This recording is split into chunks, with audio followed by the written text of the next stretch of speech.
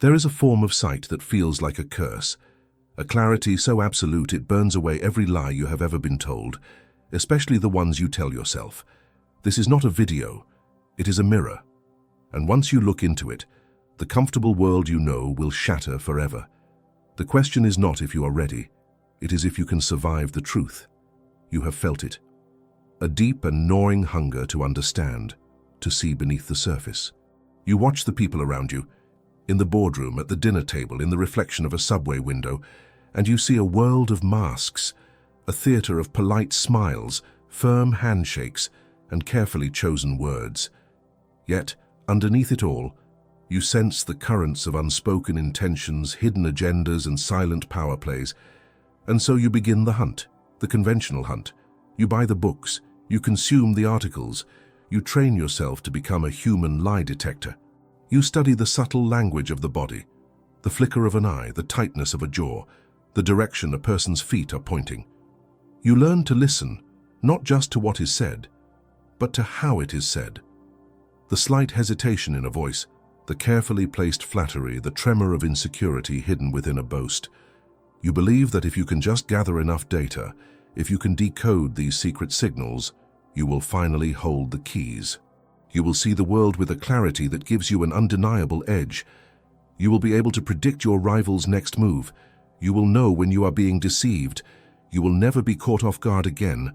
This desire is seductive. It promises power. The power of the observer, the one who sees the strings that make the puppets dance. You imagine yourself calm and detached, watching the chaotic emotions of others as if they were a storm behind a thick pane of glass, while you remain untouched, all-knowing. You believe this is the path to strength, but you have been deceived. This path, this desperate search for clues in the behavior of others, is not the path of the master strategist. It is the path of the perpetual servant. It is a weakness disguised as a strength. Why? Because your focus is entirely external. Your sense of security becomes dependent on your ability to correctly interpret the ever-shifting signals of those around you. You are not a commander observing the battlefield from a high vantage point. You are a soldier in a trench, nervously trying to guess where the next shot will come from. This state of constant vigilance is not power. It is a gilded cage of paranoia. You are reacting, always reacting. Your energy is consumed by deciphering the intentions of others, leaving none for the command of your own. You learn to win small arguments, to catch people in minor deceptions, but you remain utterly blind to the larger strategic reality of your own life. You are playing a game on a board that someone else has designed, by rules you have not written. You are a leaf caught in a current, congratulating yourself on understanding the water that carries you to an unknown destination. This is the conventional way. It is the way of the masses. It is predictable, emotional, and ultimately, it is a form of bondage. It is the frantic search for clarity in the fog of others, while ignoring the storm raging within your own mind. The great strategist, the master of reality whom we call Sun Tzu, would look upon this frantic search with a quiet, knowing pity. He understood a fundamental truth that escapes the common mind. The ultimate art of war is to subdue the enemy without fighting. But there is a deeper principle hidden within this wisdom, a truth that must be mastered before any external victory is possible. The first enemy to be subdued is always yourself. Sun Tzu teaches that all warfare is based on deception, but the most dangerous deception is self-deception. The promise of the title of this lesson is real. This video will make you see the world so clearly that it becomes dangerous. But the danger is not what you think. The danger is not for your rivals who will become transparent to you. The danger is for your illusions. The danger is for your excuses. The danger is for the comfortable, fragile ego you have built to protect yourself from the harshness of reality. The most dangerous clarity is not a lens that allows you to see through others. It is a mirror held up to your own soul that is so flawless and so unforgiving that it forces you to see yourself without artifice or excuse. This is the strategist's path. It begins not with the study of others, but with a ruthless and unflinching interrogation of the self. While the common man asks, "What is my colleague's hidden motive?" the strategist asks, "What is the hidden weakness in me that makes his motive matter?" While the common man tries to decipher if a rival is lying, the strategist asks, "What illusion am I clinging to that makes me vulnerable to his lies?" This inward turn is the beginning of all true power. It is the discovery that the battlefield is not the office, not the marketplace, not the social arena. The primary battlefield is the 6 inches of space between your ears. Here is where your most formidable enemy resides. It is the part of you that craves comfort over truth, the part that whispers excuses, the part that flinches from responsibility, the part that would rather blame the world for its failures than accept its own role in creating them. To see the world clearly is to first see this internal enemy with absolute, terrifying precision. It is to observe your own patterns of self-sabotage, your emotional reactions, your hidden fears, and your deepest insecurities as a general would study the maps of a treacherous terrain. He does not judge it. He does not wish it were different. He simply seeks to understand it completely, because only from this place of brutal self-knowledge can true strategy be born. The silence and observation that mark the master are not tools to spy on others. They are the instruments of radical self-awareness. This is the fundamental shift in perspective. You must stop looking for power in the external world. You must realize that true control is never about manipulating the person across from you. It is about achieving such total mastery over yourself that the actions of others become largely irrelevant. They become mere data points in your calculation, not the triggers for your emotional response. This is the secret that separates the masters from the masses. The masses seek clarity so they can react better. The masters seek clarity so they can cease reacting altogether and begin to act with intention. For true clarity does not reveal the weaknesses of your enemy. It destroys your own ability to be a victim. Comment "I see the truth" to master this principle, and subscribe to learn how to turn this clarity into unshakable power. You have stood before the mirror. You have accepted that the first and most critical campaign is the one waged within. Now, you must learn the principles of this invisible war, the foundational arts of the strategist who seeks not to conquer kingdoms, but to master reality itself. This is not a battle of swords and shields, but of perception and will. The weapons are not forged in fire, but in the crucible of absolute unflinching self-awareness and a precise understanding of the world as it is, not as you wish it to be. To begin this education, you must first become a spy in your own house, a cartographer of your own soul. This is the first great principle, the terrifying and liberating power of true knowledge. When Sun Tzu spoke of knowing yourself, he was not speaking of idle introspection or the gentle inquiry of philosophy. He was speaking of a military assessment, a cold, detached, and utterly ruthless audit of your own internal landscape. The average person lives their entire life as a stranger to themselves. They are governed by impulses they do not understand, driven by fears they have never named, and sabotaged by habits they refuse to acknowledge. Their inner world is a land of shadows, ruled by unknown forces. The strategist, however, enters this land with a torch and a sword. His goal is to map every inch of the terrain, to know its weaknesses, its fortifications, its hidden pathways, and the nature of its ruling factions. Imagine yourself as a general conducting an intelligence report on your own mind. You must first identify the traitors within your own camp. There is the Minister of Comfort, a powerful and persuasive voice that counsels against any action involving risk, effort, or temporary pain. It speaks in the language of tomorrow, of later, of the right time. It promises the warm security of inaction, all while your strategic position erodes day by day. It is the single most potent enemy of progress, and its influence is woven into the very fabric of your being. To know yourself is to hear this minister's voice and recognize it not as your own, but as that of a saboteur. Then there is the general of fear. This is not the prudent caution of a wise commander, but the panicked hysteria of a coward. It catastrophizes every potential outcome. It paints vivid portraits of failure, humiliation, and ruin. It screams of all the things that might go wrong, ensuring you never take the first step towards what could go right. It paralyzes your forces and keeps your greatest assets locked away in the armory, never to be deployed. The strategist must learn to isolate this general's voice, to listen to its reports as mere data on potential threats, but never to mistake its panic for a command. You must see it for what it is, a mechanism, not a master. And there is the ambassador of ego, who negotiates your surrender in exchange for social approval. This ambassador craves validation. It needs to be liked, to be seen as good, fair, and agreeable. It will advise you to abandon a winning strategy if it risks offending someone. It will compel you to accept a bad deal to avoid confrontation. It is terrified of being misunderstood, of being disliked, of being seen as cold or calculating. This ambassador will trade your long-term victory for a moment of fleeting applause. The strategist knows that the path to true power is often a lonely one.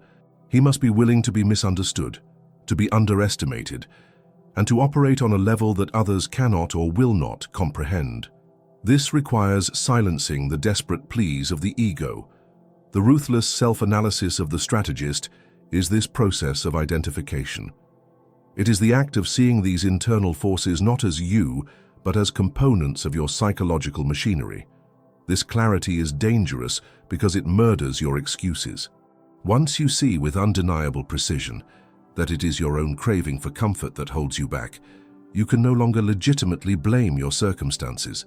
Once you recognize the voice of your own fear as the true architect of your stagnation, you can no longer pretend that the world is conspiring against you. This knowledge forces upon you a burden that is both terrible and magnificent. Radical responsibility. You become the sole author of your fate. This is the first pillar of power. The second principle is to see the terrain. Sun Tzu taught that the wise general understands the ground on which he fights. For the modern strategist, the terrain is not one of mountains and rivers, but of systems, hierarchies, and the unwritten laws of human nature. To see the world clearly is to strip away the veils of sentimentality and moralistic fantasy, and to see the raw, unadorned architecture of power and incentive that governs all human interaction. The majority of people navigate the world using a faulty map, a map drawn by hope and naivety. On this map, the world is supposed to be fair, hard work is supposed to be rewarded, justice is supposed to prevail, people are supposed to act with honor and integrity. They spend their lives in a state of perpetual shock and disillusionment when the world does not conform to this map. They become bitter, resentful, and cynical, complaining that the game is rigged. The strategist does not complain about the game. He simply discards the false map and endeavors to see the true one. The true map of the world is not drawn with the ink of morality, but with the lines of incentive. You must cease to ask what people should do and begin to ask what they are incentivized to do. The corporation is not incentivized to be loyal to you. It is incentivized to maximize profit. The political system is not incentivized to find the truth. It is incentivized to acquire and maintain power. Your colleague is not always incentivized to collaborate. He is often incentivized to compete for the same limited resources and recognition. This is not good or bad. It is simply the geometry of the terrain. To see it is not to become a cynic, it is to become a realist, and realism is the foundation of all effective strategy. Consider the landscape of any professional environment. The naive employee believes the organization is a family, built on loyalty and mutual support. He operates with emotional expectations and is crushed when a decision is made based on cold, hard numbers. The strategist, however, sees the organization for what it is, a complex system of interlocking interests. He does not see a family, he sees a balance of power. He studies the flow of influence. He understands who holds formal authority and who holds informal power. He knows that the stated values of the company are its propaganda, but the budget and the promotion decisions are its true ideology. He does not operate based on sentiment. He navigates the terrain according to its true contours.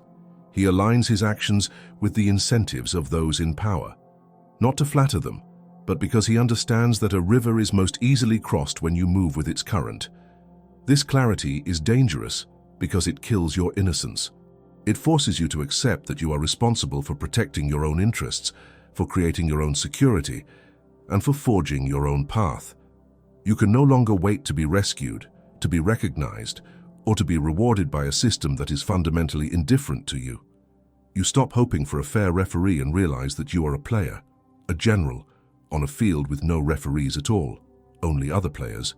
By combining these two principles, the unflinching knowledge of the self and the unsentimental understanding of the terrain, the strategist achieves a state of profound operational clarity. He sees with perfect lucidity the internal weaknesses he must fortify and the external realities he must navigate. He is no longer a victim of his own hidden impulses, nor is he a casualty of a world he does not understand. He ceases to be a piece on the board, moved by invisible hands. Instead, he begins to see the board itself, its lines, its squares, its hidden geometry. He begins to see the game as a whole. And from this new, elevated perspective, he can finally begin to make his own moves. You have drawn the true map of the world and charted the treacherous geography of your own mind. You have seen the internal saboteurs and the external currents of power. This knowledge, while essential, is inert. It is a map without an army, a blueprint without an architect. The third and most difficult stage of your transformation is to move from seeing to being. It is the process of forging this raw, dangerous clarity into a living weapon, a shield, and a scepter. This is the art of dominating the psychological battlefield, a theater of war where the only territory worth conquering is the perception of others. And the first and final fortress to be secured is the citadel of your own mind. This campaign begins with the absolute pacification of your inner state. The unseasoned mind is a republic in chaos, a kingdom in perpetual civil war. The factions you have identified, comfort, fear, ego, are constantly vying for the throne, launching emotional insurgencies at the slightest provocation. An unexpected criticism sends the armies of the ego into a frenzy. A potential risk awakens the hysterical general of fear. The mere prospect of sustained effort mobilizes the minister of comfort to counsel delay and surrender. To live this way is to be a puppet king in your own court, jerked from one reaction to another. Your pronouncements and decrees dictated by whichever internal faction screams the loudest. There can be no strategy in such a state, only a desperate and exhausting series of tactical responses to a war that never ends. The mastery of this internal realm is not achieved through suppression. You cannot simply will your fear or anger out of existence. To attempt to do so is to wage a war against your own nature, a conflict you are guaranteed to lose. The path of the sovereign mind is not one of brutal opposition, but of sublime detachment. You must learn to observe the rising of an emotion as a commander observes the movement of an enemy scout on a distant hill. You note its presence, you identify its nature, you assess its intention, and then you let it pass, refusing to give it command of your army. You must create a space, a silent chamber within you, between the stimulus of the world and your response. When an insult is thrown, the untrained mind collapses this space instantly. The insult becomes an injury, and the response is immediate, reflexive, and defensive. The sovereign mind, however, keeps this space open. In this silent chamber, the insult is held, it is examined. It is seen not as a personal attack, but as a piece of data. It reveals more about the sender than the recipient. It is a tactical maneuver, designed to provoke a reaction. And your refusal to provide that reaction is your first victory. You deny the enemy the very thing they seek, your emotional engagement. This practice, repeated over time, calcifies into an unbreakable composure. You learn that impatience is a poison that corrodes judgment. You see that pride is a blindness that conceals traps. You understand that anger is a fire that consumes the strategist before it ever touches the enemy. The first victory, then, is always over yourself. It is a quiet, invisible triumph that no one else will ever applaud. It is the moment you feel the surge of rage and choose stillness. The moment you feel the sting of pride and choose humility. The moment you feel the pull of despair and choose discipline. Each one of these internal victories strengthens the throne of your will.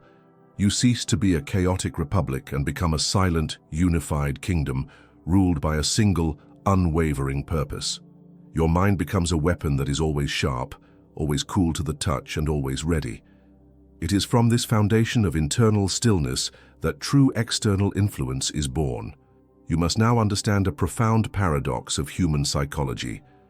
The less you appear to need, the more you will be given. The less you react, the more your actions will be respected. True command over the perception of others is not an act of aggressive projection, but one of deliberate, calculated withdrawal. It is not about what you show them. It is about what you withhold. The world is a sea of emotional noise. People are constantly broadcasting their anxieties, their desires, their vanities, and their insecurities. They signal their intentions, often without realizing it. In this chaotic environment, the one who is silent and unreadable becomes a figure of immense gravity. Your calmness becomes a vacuum that pulls at the attention and imagination of others. Because they cannot see the turmoil and reactivity in you that they feel in themselves, they project their own assumptions onto your stillness. Your silence is not seen as emptiness, but as depth. Your lack of emotional display is not interpreted as weakness, but as unshakable self-possession.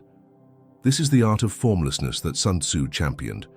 To be formless is to be water. It has no fixed shape. It cannot be grasped. It cannot be predicted. When your rivals and colleagues cannot decipher your emotional state, they cannot anticipate your next move. Are you pleased? Are you angered? Do you feel threatened? Do you feel confident? Your placid exterior provides no answers, and this uncertainty is a potent psychological weapon. It forces them to second-guess their own strategies. It creates a subtle anxiety, a sense that they are playing against a master who sees more of the board than they do. Master this by applying the principle of opposites. When you are strongest and most certain of your position, project nothing but quiet humility and openness. This will invite your adversaries to underestimate you, to become arrogant and careless. They will reveal their plans and expose their weaknesses, believing they are dealing with a non-threat. Conversely, when you are in a position of vulnerability or uncertainty, project an aura of serene confidence and deliberate purpose.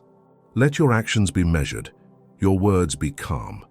This display of inner fortitude can deter an opponent from pressing their advantage, making them believe your position is far stronger than it actually is.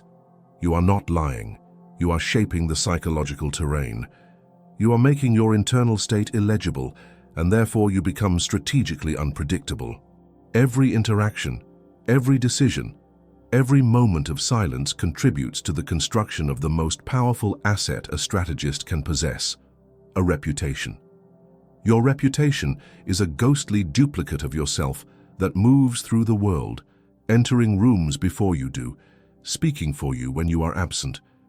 It is the sum total of all the victories you have won in your internal war, now made manifest in the minds of others, and you must cultivate it as deliberately as a king cultivates his legacy. If your history is one of emotional outbursts and impulsive decisions, your reputation will be that of a volatile and unreliable amateur. No one will entrust you with serious responsibility, and your adversaries will know precisely how to provoke and manipulate you. If, however, your history is one of unshakable calm, of measured responses under pressure, and of actions that are both patient and decisive, you build a very different kind of reputation. You become known as a force of nature, a person of substance, a mind to be respected and perhaps to be feared. This reputation becomes a shield. It dissuades petty challenges and frivolous attacks. People learn that attempts at emotional manipulation are useless against you. They learn that provocations are met not with anger, but with a silent, analytical gaze that is far more unnerving. Your reputation begins to fight your battles for you.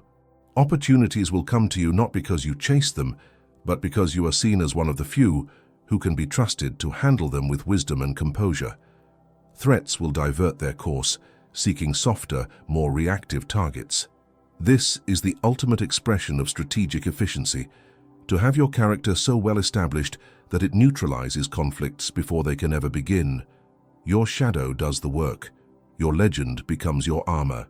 You achieve a state of peace not because the world has ceased to be a battlefield, but because your presence on that field changes the very calculus of war for all who would oppose you. You have journeyed to the inner sanctum. You have learned to map the terrain of reality, to quiet the civil war within your own mind, and to build a reputation that stands as a silent monument to your self-possession.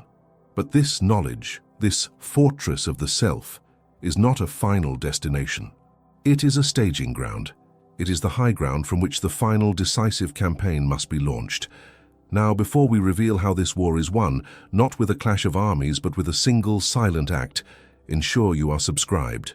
For this final lesson is a key, and it will only open a door for those truly dedicated to walking through it. The moment has come for the attack. And here the uninitiated mind will stumble, for it has been trained to look outward, to identify an external enemy, a rival to be vanquished. This is the ultimate illusion. The insights you have gained were never meant to be used to dismantle another person's career or to win a petty social victory. Their purpose is infinitely greater. The decisive stroke, the final stunning act of war, is turned inward. It is a purification, a great and terrible severance. It is the moment you take the flawless clarity you have cultivated and use it not as a looking glass, but as a surgeon's blade to excise every last vestige of the non-essential from your life. Sun Tzu spoke of the quality of a decision, likening it to the well-timed swoop of a falcon which enables it to strike and destroy its victim. For the architect of the self, this victim is not a person. It is your own mediocrity. It is the weight of accumulated obligations that drain your spirit. It is the parasitic relationships that feed on your energy. It is the hollow ambitions that society has implanted in you. The swoop of the falcon is the moment of absolute, irreversible commitment to your own highest purpose, and the destruction it brings is the most creative act you will ever perform. This is the war on the trivial. You must now apply your lucidity to your own life with the same dispassionate gaze you turned upon your own mind. You must see with painful accuracy the things that hold you in orbit around a life that is less than you are capable of living. Look at the friendships you maintain out of mere habit or a fear of loneliness, the ones that leave you feeling diminished and depleted. These are not alliances, they are occupations of your precious time. The decisive stroke is the cold, clean cut of withdrawal. No drama, no explanation. A simple, silent redirection of your presence. Look at the career you may be clinging to, not because it resonates with your spirit, but because it provides a predictable and comfortable form of misery. You have analyzed its terrain, its hollow incentives, its soul-crushing politics. The stroke of the falcon is the terrifying and liberating act of choosing your own path, of walking away from the gilded cage and embracing the magnificent uncertainty of a life aligned with your own sovereign will. Look at the habits that sedate you, the endless scrolling through the lives of others, the engagement in meaningless gossip, the pursuit of status symbols that impress only the shallow. These are not leisures, they are anesthetics, dulling the pain of a life not fully lived. The decisive stroke is the amputation of these behaviors. It is the reclamation of your hours and your focus, redirecting them from the barren soil of distraction to the fertile ground of your own growth and mission. This act is not violent in the conventional sense, but it requires a kind of courage that is far rarer than physical bravery. It is the courage to disappoint others, the courage to be misunderstood, the courage to walk away from the familiar and the secure. It is the moment you finally stop asking the world for permission to be great. You simply begin to act in accordance with the truth you now see so clearly. This is the execution. The precise and often silent blow that severs you from your past self and the world that self inhabited. And then comes the aftermath. This is the consolidation of your victory. The strategist does not celebrate on the battlefield amid the chaos. He does not seek applause for his triumph. Instead, he withdraws to a place of quiet observation and allows the consequences of his actions to unfold. The peace that follows this great internal severance is unlike any you have ever known. It is not the fleeting happiness of a goal achieved, nor the temporary relief of a conflict avoided. It is a deep, resonant stillness, an uncharted quiet in the soul. With the noise of the non-essential gone, you begin to hear your own signal for the first time. Your purpose, once a faint whisper, becomes a clear and steady tone. Your energy, once scattered across a dozen trivial fronts, is now consolidated into a single, formidable current. You have unburdened yourself. You have made yourself light. And in this lightness you find a new kind of momentum, an effortless power that seems to move you without exertion. This is the lasting peace. It is not an external reality where challenges cease to exist. The world will continue to be a chaotic and unpredictable place. The difference is that you are no longer a part of its chaos. You have achieved a psychological altitude from which you can observe the storms of human drama without being swept up in them. Your new reality, the one forged by your decisive action, is one of profound internal stability. You have created a peace within yourself that is independent of external conditions. This is the ultimate invincibility. This newfound serenity creates its own reality.